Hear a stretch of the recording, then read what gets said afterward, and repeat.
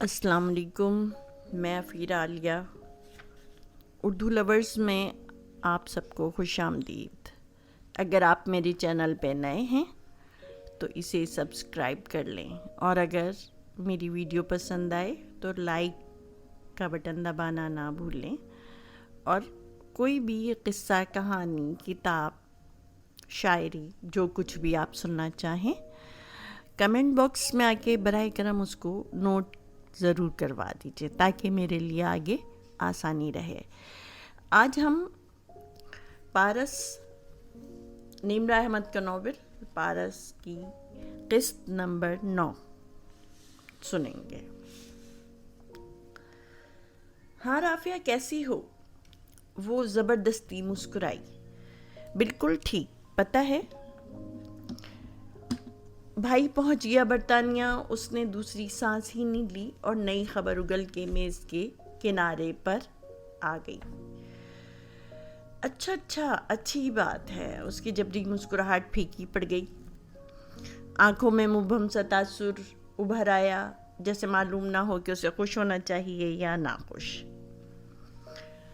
آج صبح ہی پہنچا ہے، بس 1 منٹ کی کال کی، جلدی خیریت بتائی، ہم سب کی خیریت پوچھی اور فون بند کر دیا۔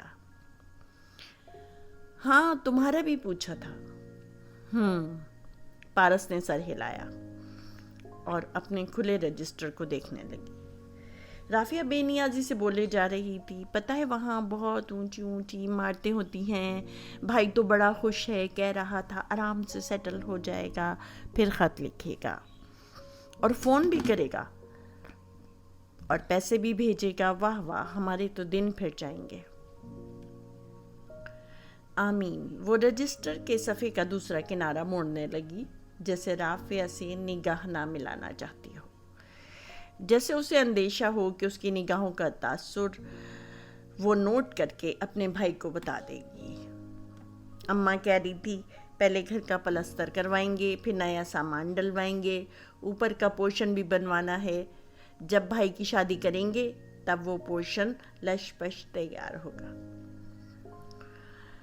ہائی، پتہ نہیں اب بھائی کو کسی گوری کو بیاہ نہ لائے، ویسے بھی اگر لے آئے تو کوئی حرج بھی نہیں ہے، ہماری تو پورے محلے میں ٹور بن جائے گی۔ رافعہ انتہائی جوش اور خوشی کے عالم میں بولتی چلی گئی۔ آہو، جیسے گوریاں تو انتظار میں تھیں نا کہ کب تیرا غریب سوکھا سڑا بھائی غیر قانونی طریقے سے ادھر آئے اور وہ اس پہ قبضہ کر لیں۔ فیروزہ مائی وہاں سے گزرتے ہوئے طنزیہ انداز میں رافعہ کی طرف دیکھ کر کے بولی۔ پارس نے قدرے گڑبڑا کر رافعہ کو دیکھا، مگر اس نے تنفر سے ہوں کہہ کے سر جھٹک دیا۔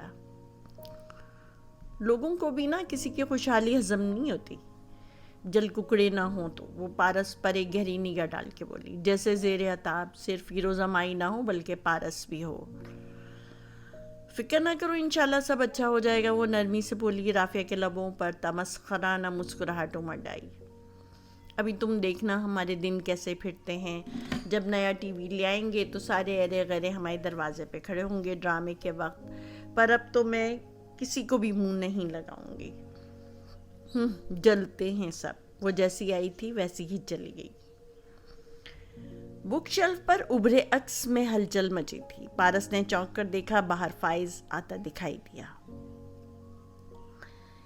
ایک فائل کھولے مصروف سے انداز میں چلتا ہوا۔ اس سے پہلے کہ وہ اندر آتا، سیکرٹری نے اسے روک دیا اور وہی کچھ کہا جو منتظر بیٹھے پہلے سے ملاقاتی کو کہہ چکی تھی۔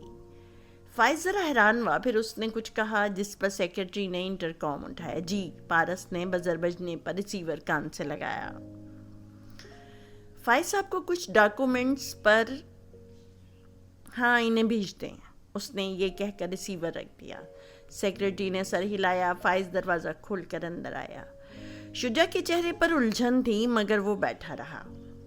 پارس اور یوں کہ چہرہ سامنے کو ہو گیا۔ باہر شجاع نے امید افزا نگاہوں سے اسے دیکھا، ذرا سا آگے کو ہوا، مگر وہ فائز کی طرف پوری طرح سے متوجہ تھی۔ جو میز پر جھکا کھڑا اس کے آگے فائل رکھ رہا تھا. میم میں نے اسے ریویو کر لیا ہے, آپ دستخط کر دیں. پارس نے ہولڈر سے سب پین نکالا اور ایک کے بعد ایک دستخط کرنے لگی. فائز نے جھکے جھکے پارس کا چہرہ غور سے دیکھا اور پھر پیچھے مڑ کر شجاع کو اور پھر دوبارہ پارس کو. میم آپ مصروف تھیں, شاید مس انیا نے آپ کو آگاہ نہیں کیا کہ آپ کے کزن شجاع باہر آئے ہوئے ہیں. انہوں نے ریسیپشن پہ بتایا تھا کہ وہ آپ کے کزن ہیں. کیا میں جاتے ہوئے انہیں اندر بھیج دوں؟ دستخط کرتا ہوا پارس کا ہاتھ رکا. اس نے نگاہیں اٹھا کر فائز کو دیکھا, خاموش مگر گھورتی ہوئی نظریں. سوری میم, وہ گڑبڑا گیا. اس کی آنکھوں کا سحر اور جلال. فائز نے سر کو جھکایا. پارس دوبارہ دستخط کرنے لگے. تھینکس. کام ختم ہوا. فائز نے فائل اٹھائی, نگاہ ملائے بغیر باہر نکل گیا. البتہ جاتے ہوئے اس نے گہری نظر شجاع پہ ضرور ڈالی. پارس دوبارہ ٹائپنگ جاری کرتی مگر اس دوران فون آ گیا. اسے ہوٹل کے ایک رہائشی بلاک کا وزٹ کرنا تھا. وہاں تعمیراتی کام جاری تھا. اسے کچھ تسلی کرنی تھی. وہ اپنا پرس, فون اور گلاسز اٹھائے اپنے آفس سے باہر نکلی. گلاسز گریبان پہ اٹکاتے ہوئے اس نے باہر بیٹھے ہوئے شجاع کو دیکھا جو فوراً اٹھ کھڑا ہوا. جی شجاع, آپ یہاں کیسے؟ خیریت؟ سپاٹ لہجے میں وہ بولی, جیسے یہ لمحے بھر کو رکی ہو اور پھر جانے کی بھی جلدی ہو. جی میں آپ سے ملنے. پون گھنٹے کے انتظار کے بعد وہ کافی ڈل ہو چکا تھا. کوئی آفیشل کام تھا آپ کو؟ نہیں, میں آپ کے گھر آنا چاہتا تھا. تائی سے ملاقات ہو جائے گی؟ شیور, وہ اس وقت گھر پر ہیں, آپ وہاں جا سکتے ہیں. مجھے ابھی کام سے جانا ہے, بائے. وہ بغیر جواب کا انتظار کیے ہوئے آگے بڑھ گئی. شجاع نے بے بسی اور مایوسی سے اسے جاتا دیکھا اور سر جھٹکا. ان کے درمیان خلیج نہیں خلا تھا. مخروطی چھت اور ستونوں والا برآمدہ شام کی نیلی چھایا اور زرد بلب کی روشنی میں دمک رہا تھا. دوپہر میں بارش ہوئی تھی. مخروطی چھت کے کنارے ابھی تک ٹپک رہے تھے. ایسے میں فیروزہ مائی بگڑے تیوروں کے ساتھ کھڑی موبائل پہ کوئی نمبر ملا رہی تھی. اس کے سامنے لہلہاتا ہوا سبزہ پھیلا ہوا لان تھا. گیٹ کے باہر نشیب میں جاتی سڑک, اونچے پہاڑ اور کھائیاں سب نظر آ رہا تھا, مگر وہ ہر شے سے بیزار فقط فون کی طرف متوجہ تھی. ہاں ہیلو شکیل بیٹا, کیسا ہے تو؟ وہ بجھے چہرے کے ساتھ رابطہ ملنے پر پوچھنے لگی. میں ٹھیک ٹھاک, مگر تیرے حالات اچھے نہیں لگ رہے امی. نہ پوچھ میری شکیل بیٹا, میری تو قسمت پھوٹی تھی جو اس کے رحم و کرم پہ پڑی ہوں. مرن جوگی مجھے نوکرانی سے زیادہ عزت نہیں دیتی. وہ برآمدے میں آگے پیچھے ٹہلتی ہوئی دبے دبے غصے سے بول رہی تھی. نہ کر امی, تجھے اور پارو عزت نہ دے, بات دل کو لگتی نہیں ہے. تیرے سامنے تو وہ چوں تک نہیں کرتی تھی. آہو, اور اب تو بگ بگ بھی کرتی ہے. تو نے پارو کی زبان نہیں دیکھی, ایسے گھورتی تو ایسے ہے کہ لگتا ہے سالم نگل جائے گی. مجھے تو اب سچی بہت ڈر لگتا ہے اس سے. فیروزہ مائی نے جیسے جھرجھری لی. باتیں نہ بنا امی, مجھے پتہ ہے ایسی کہانیاں تو صرف اس لیے سناتی ہے تاکہ میں پیسوں کے لیے اصرار نہ کروں. میں ان باتوں میں آنے والا نہیں. شکیل کیا کہہ رہا ہے تو؟ فیروزہ مائی صدمے سے ساکت کھڑی رہ گئی. چند لمحے وہ کچھ بول ہی نہیں سکی. پھر وہیں برآمدے کی ایک سیڑھی پہ نڈھال سی بیٹھ گئی. بیٹے میں نے تیرے لیے کتنے پاپڑ بیلے, کتنی مصیبتیں جھیلی ہیں, اور تو مجھ پر الزام لگا رہا ہے. ہاں تو ہر وقت تو رٹ لگائے رکھتی ہے کہ دبئی بلاؤ دبئی بلاؤ. وہاں عیش سے پڑی ہے, نوکر چاکر ہیں, ادھر آ کے اور کیا کرے گی. تو آنکھوں کے سامنے ہوگا نا, تیرے پاس ہوں گی, تیرا خیال رکھوں گی. ادھر کیا پڑا ہے, یہ پارو اب ویسی نہیں رہی. گن گن کر نوٹ دیتی ہے, کھانے پینے کی آزادی ہے بس. مرغی کھا کھا کر بھی انسان تنگ آ جاتا ہے. ساری دولت پہ سانپ بن کر بیٹھی ہے. اور امی وہ سونے کے انڈے دینے والی مرغی ہے، وہ پارس ہے، پارس۔ اس کے پاس رہنا تیرے فائدے میں ہے، زور زبردستی اپنے لیے بھی نکلوایا کر اور میرے لیے بھی، وہ بے پرواہی سے بول رہا تھا۔ فیروزہ مائی زچ ہو گئی۔ کب سے بکے جا رہی ہوں وہ نہیں دیتی، چند ہزار ہوتے تب بھی شاید دے دیتی، مگر جتنے تو مانگ رہا ہے وہ کبھی بھی نہیں دے گی۔ شکیل خاموش ہو گیا۔ چند ساعتیں شام کی نیلاہٹ میں ڈوبے برآمدے میں سناٹا رہا، پھر ایئر پیس پہ سے آواز ابھری، پارو اتنی کیسے بدل گئی؟ مجھے کیا پتا، ہمیشہ ڈر رہتا تھا کہ اس کی زبان نہ کھل جائے کہیں۔ کالج ختم ہوا تب بھی اعتماد آ گیا تھا، مگر میرے سامنے کیا مجال تھی جو چوں بھی کرے۔ آنکھیں دکھاتی تو وہ سہم جاتی تھی، سر کو جھکا دیتی تھی۔ مگر کیڑے پڑے ہیں اس بڈھے کی قبر میں، جب سے اس نے پارو سے شادی کی اسے بدل کے رکھ دیا۔ اس کی زندگی میں ہی یہ مجھ سے زبان چلانے اور مجھ پر روب جمانے لگ گئی تھی، اس کے مرنے کے بعد تو اور شیر ہو گئی۔ فیروزہ مائی کو سامے درکار تھا، وہ بولنے لگی تو بولتی چلی گئی، بنا رکے بولتی چلی گئی۔ نہ تو یہ پارو اکڑتی کس چیز پر ہے، شوہر تو مر گیا، بس ایک ہوٹل ہی نام کر گیا ہے نا۔ فیروزہ مائی اپنے بیٹے کی کم عقلی پہ بل بلا اٹھی۔ تو نے وہ ہوٹل دیکھا نہیں ہے؟ وہ بادشاہوں کا ہوٹل ہے، اور ایک نہیں 3 ہوٹل نام کر کے گیا ہے اس کے بڈھا۔ 3 ہوٹل؟ شکیل حق دق رہ گیا۔ ہاں، اس کے مرنے کے بعد وکیل آیا تھا، اسی نے بتایا تھا، میں نے خود دروازے کے پیچھے سے سنا تھا۔ 3 ہوٹل، اب تو کچھ سوچنا پڑے گا۔ وہ بات کرتے کرتے کسی گہری سوچ میں ڈوب گیا۔ فیروزہ کو اچنبھا ہوا، تو کیا ہم اچار ڈالیں گے اس کے ہوٹلوں کا؟ اچار ہی ڈالیں گے اور ہم ہی ڈالیں گے، بس تو آرام سے ادھر رہ، اور مزید پارو سے پیسے مانگنے کی ضرورت نہیں، اور اب جو کروں گا میں کروں گا۔ تو کیا کر لے گا؟ بس تو دیکھتی جا اماں۔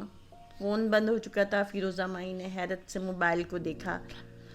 یہ شکیل بھی نا الٹی کھوپڑی کا ہے، پتہ نہیں کیا کیا سوچتا رہتا ہے، پر جو بھی سوچے گا اچھا ہی سوچے گا، اس نے خود کو جیسے تسلی دی۔ اور بارش کے قطرے ابھی تک چھتوں کے کناروں سے ٹپک رہے تھے، اور ویسے ہی فیروزہ مائی کی پیشانی پہ تفکر کی سیاہ لہروں میں اضافہ ہوتا جا رہا تھا۔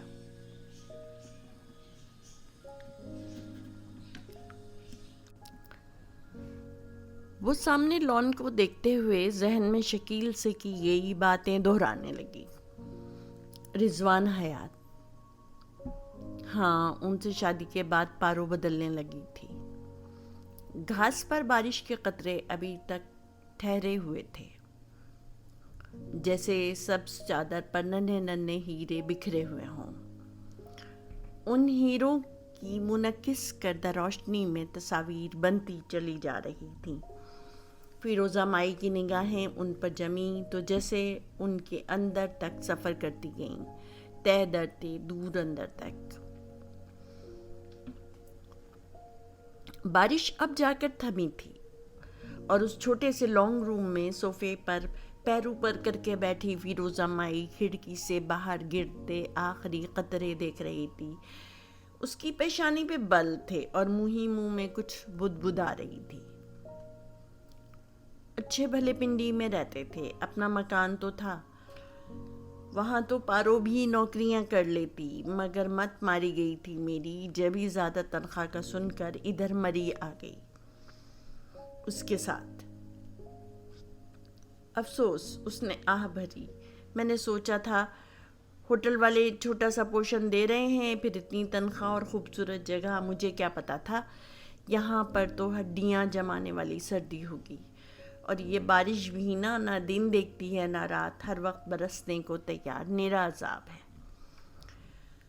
تولیے سے گیلے بال تھپ تھپاتے ہوئے باہر آتی ہوئی پارس نے اس کے الفاظ سن لیے تھے۔ اس نے سارے بالوں کو لپیٹ کر آخری دفعہ دبا کر پانی نکالا، تولیہ صوفے کی پشت پر ڈالتے ہوئے بولی، خدا کی رحمت ہوتی ہے بارش، امی تم اسے عذاب تو مت کہو، زیادہ درس و تدریس نہ شروع کر دیا کر، اپنا کام کر۔ فیروزہ مائی نے اسے جھڑک دیا۔ وہ خاموش ہو گئی، پھر گیلے بالوں کو انگلیوں سے سوارتی آتش دان کے سامنے آ گئی اور اندر لگے ہیٹر کو ذرا سا تیز کر دیا۔ تیرے صاحب نے بتایا نہیں کب دے گا پیسے؟ وہ نہیں دیں گے۔ وہ فیروزہ کی جانب پشت کیے آتش دان کے سامنے کشن رکھ کر بیٹھ گئی اور ہاتھ ہیٹر کے قریب کر کے گرم کرنے لگی۔ تو کل میرے جانے کے بعد وہ یہ کہہ رہا تھا؟ جی۔ وہ ذرا سے گرم ہوئے ہاتھوں کو آپس میں رگڑ کر جیسے اندر جمے ہوئے خون کو پگھلانے لگی۔ اس کی بالیاں کانوں میں نہیں تھیں اور گیلے بال پشت پر پھیلے تھے۔ ہیٹر کی گلابی دہکتی روشنی میں اس کی سانولی رنگت جیسے روشنی منعکس کر رہی تھی۔ نہ تو دوبارہ بات کر، کہہ کے ضرورت ہے، منت کر۔ اچھا کہوں گی۔ دیکھ پارو، میرے سامنے ٹالنے کے لیے ایسا ویسا کچھ نہ کہے۔ تجھے سچ مچ ان سے بات کرنی ہے۔ وہ تیوریاں چڑھائے تیز لہجے میں بولتی رہی۔ ادھر میرا بچہ ہلکان ہو رہا ہے، ادھر تو ہے کہ جسے پرواہی نہیں ہے۔ حد ہوتی ہے خود غرضی کی بھی۔ دہکتی روشنی میں چمکتا سانولا چہرہ جھک گیا۔ چند لمحے کا فریش احساس مان پڑ گیا۔ اسی لمحے ڈور بیل نے جیسے مردہ ماحول کو زندگی بخشی۔ دونوں چونکیں۔ امی باہر دیکھ لو، شاید وہ تمہاری نئی سہیلی ہو۔ آہو، اس کو بھی ابھی آنا تھا۔ فیروزہ مائی بڑبڑاتی ہوئی باہر آئی۔ وہاں سوٹ میں ملبوس ایک نوجوان کھڑا تھا۔ اس نے چھتری بند کر کے ہاتھ میں پکڑ رکھی تھی۔ ہاں جی، کس سے ملنا ہے؟ آپ مسز فیروزہ ہیں؟ مس پارس کی والدہ؟ اس نے شائستگی سے پوچھا۔ مسز، ہاں میں ہوں، کیا کام ہے؟ میں رضوان صاحب کا اسسٹنٹ ہوں، انہوں نے یہ بھجوایا ہے۔ اس نے کوٹ کے اندر سے ایک پھولا ہوا خاکی لفافہ نکال کر اس کی طرف بڑھایا۔ یہ؟ فیروزہ مائی ہکا بکا کھڑی رہ گئی۔ 5 لاکھ ہیں، آپ گن کے تسلی کر لیں۔ اب کہ فیروزہ نے جھپٹ کر لفافہ پکڑا اور جلدی سے اسے کھولا۔ کون ہے امی؟ پارس آوازیں سن کر اچنبھے سے پوچھتی ہوئی آگے آ گئی۔ تو سامنے کا منظر اپنی وضاحت خود کر رہا تھا۔ رہی سہی کسر فیروزہ مائی کے دبے دبے جوش سے کہے فقرے نے پوری کر دی۔ بڑے صاحب نے بھیجے ہیں، پورے 5 لاکھ، لے جلدی سے گن اور اسے فارغ کر۔ اس نے اندر سے نوٹوں کی گڈیاں نکال کر پارس کو تھمائیں۔ وہ جیسے سانس تک لینا بھول گئی تھی۔ رضوان صاحب نے، اس نے نوجوان سے پوچھنا چاہا مگر الفاظ ساتھ چھوڑ گئے۔ میں جاؤں میم؟ وہ اس عجیب سی سچویشن سے ہٹنا چاہ رہا تھا۔ ایسے کیسے؟ پیسے تو گن لینے دو۔ کسی کا کیا بھروسہ؟ فیروزہ چمک کے بولی۔ گن بھی صحیح۔ اس نے پھر پارس کو ٹھوکا دیا۔ وہ شوق سے نکل کر شرمندگی میں ڈوب چکی تھی۔ آپ جائیے، بہت شکریہ۔ اس نے ندامت بھری نرم مسکراہٹ کے ساتھ اسے رخصت کیا اور دروازہ بند کر دیا۔ اس کا چہرہ پھیکا پڑ چکا تھا، آنکھوں میں بے پناہ یاسیت تھی۔ کیا سوچتے ہوں گے رضوان صاحب میرے بارے میں؟ بس کر، تو کہہ رہی تھی وہ نہیں دے گا۔ دیکھ، اس نے فوراً بھجوا دیا ہے۔ اب تو بس جلدی جلدی قرضہ اتار دینا، پھر آگے بھی قرضہ ملتا رہے گا۔ بس کر دو امی، وہ پھٹ پڑی۔ آنکھوں میں آنسو آ گئے۔ ہم یہ پیسے نہیں رکھیں گے، میں کل ہی انہیں واپس کر دوں گی۔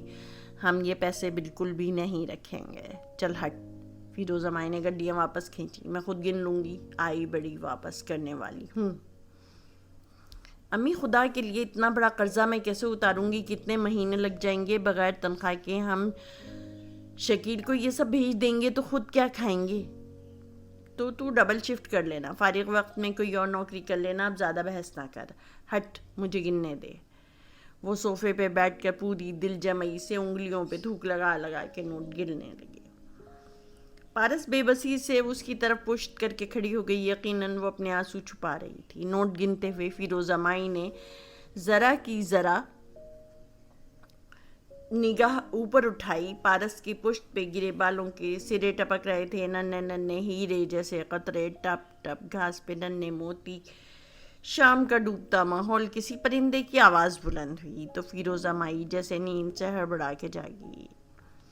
وہ ابھی تک برآمدے کی سیڑھی پر ہی بیٹھی تھی۔ شکیل سے کی گئی گفتگو اور رضوان حیات کے بھیجے گئے پیسے، دونوں یادیں باہم گڈ مڈ ہو گئیں تو وہ سر جھٹک کر اٹھ کھڑی ہوئی۔ اس نے پھر ایک لمبی گہری سانس بھری۔ جو بھی تھا بڈھا اچھا آدمی تھا، خود سے کہہ کر ستونوں، دیواروں اور گھاس پہ لدے قطروں کو سنا کر وہ اندر کی جانب بڑھ گئی۔ پیچھے مغرب میں ڈوبتا ہوا برآمدہ تنہا رہ گیا۔ آج پھر صبح میں ان وادیوں پر بارش برسی تھی۔ پہاڑیاں نہا دھو کے تازہ سرسبز نکل آئی تھیں، بل کھاتی سڑک ابھی تک گیلی تھی، جس پر پارس کی سیاہ چمکتی کار دوڑ رہی تھی۔ وہ کوہنی آرم اسٹینڈ پر ٹکائے انگلی سے اپنی بالی کو چھیڑتی کسی خیال میں کھوئی باہر دیکھ رہی تھی۔ بند شیشے سے پہاڑ، بادل، گہری کھائی سب صاف نظر آ رہا تھا، مگر اس کی پرکشش اداس آنکھیں جیسے دور کچھ اور تلاش کر رہی تھیں۔ ان میں تکان تھی، ٹھہراؤ تھا، راز تھے، مگر خوشی نہیں تھی۔ خوشی کہیں پر بھی نہیں تھی۔ جانے یہ کب ہوا، کیسے ہوا؟ اس کی آنکھ کے کنارے سے ایک آنسو ٹوٹ کر گرا، نمی چہرے پہ پھسلتی گئی تو پارس نے چونک کر سامنے دیکھا۔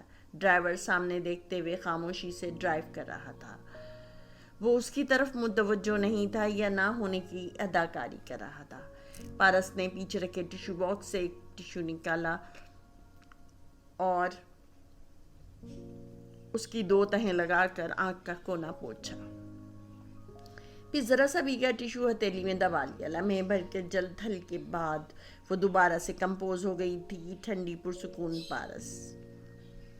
فون کی گھنٹی نے ماحول میں ارتعاش پیدا کر دیا تھا۔ پارس نے بنا چونکے آرام سے فون اٹھایا، کان سے لگایا۔ جی سنیا، دوسری طرف اس کی سیکریٹری تھی۔ میم سوری میں آپ کو ڈسٹرب کری ہوں، دراصل مسٹر شجاع طاہر کی کال آئی تھی۔ پارس کے اعصاب تن گئے۔ وہ ذرا سی سیدھی ہوئی، آنکھ کے خشک کنارے کو چھوا، پھر مٹھی میں بند ٹیشو دیکھا، جیسے ایک قطرے کی بارش کی وجہ وہی ہو جس کا ذکر کیا جا رہا تھا۔ کیا کہہ رہے تھے وہ؟ آپ سے ملاقات کے لیے اپوائنٹمنٹ لینا چاہ رہے تھے۔ میں نے آپ کا شیڈول چیک کیا ہے اور ان کو کوئی بھی سلوٹ دینے سے قبل آپ سے پوچھنا چاہ رہی تھی کہ آپ کب ان سے ملنا چاہیں گی۔ پارس نے گہری سانس اندر کو کھینچی، مٹھی ذرا سا کھول کے اندر دبائے ہوئے ٹیشو کو دیکھا اور کچھ بھی کہنے سے قبل وہ اس ٹیشو کو دیکھتی رہی یہاں تک کہ طے شدہ ٹیشو ایک طے شدہ کاغذ میں تبدیل ہوتا چلا گیا۔ آس پاس کی ساری تفصیل بھی مٹ کر ایک نئی شناخت پہنتی چلی گئی۔ انمٹ کہانیاں، لازوال یادیں دوبارہ سے شروع ہو گئیں۔ رافیہ تیز تیز قدم اٹھاتی ہوئی صحن عبور کر کے برآمدے کے سرے پر آئی، اپنی مٹھی میں طے شدہ کاغذ کو دیکھا، پھر زور سے آواز لگائی، پارو تائی کوئی ہے؟ دوسری پکار کی نوبت میں آئی۔ اندر سے سلور بالیوں والی لڑکی آتی دکھائی دی، جس کے چہرے پر عجیب سی فکر مندی تھی۔ کیا ہوا رافیہ اس وقت؟ ساتھ ہی بالیوں والی لڑکی نے صحن میں چلچلاتی ہوئی دھوپ کو دیکھا۔ یہ لو تمہارا پیام آیا ہے، رافیہ نے اسے دیکھ کر نخوت سے کہا اور طے شدہ کاغذ اس کی طرف بڑھا دیا۔ کیا؟ الجھن سے پارس نے کاغذ تھاما مگر کھولا نہیں، بس سوالیہ نظروں سے رافیہ کا چہرہ تکنے لگی، جس پر اب ایک طنزیہ مسکراہٹ امڑ آئی تھی۔ اب ایسے تو مت کہو کہ جیسے تمہیں کچھ پتہ ہی نہیں ہے۔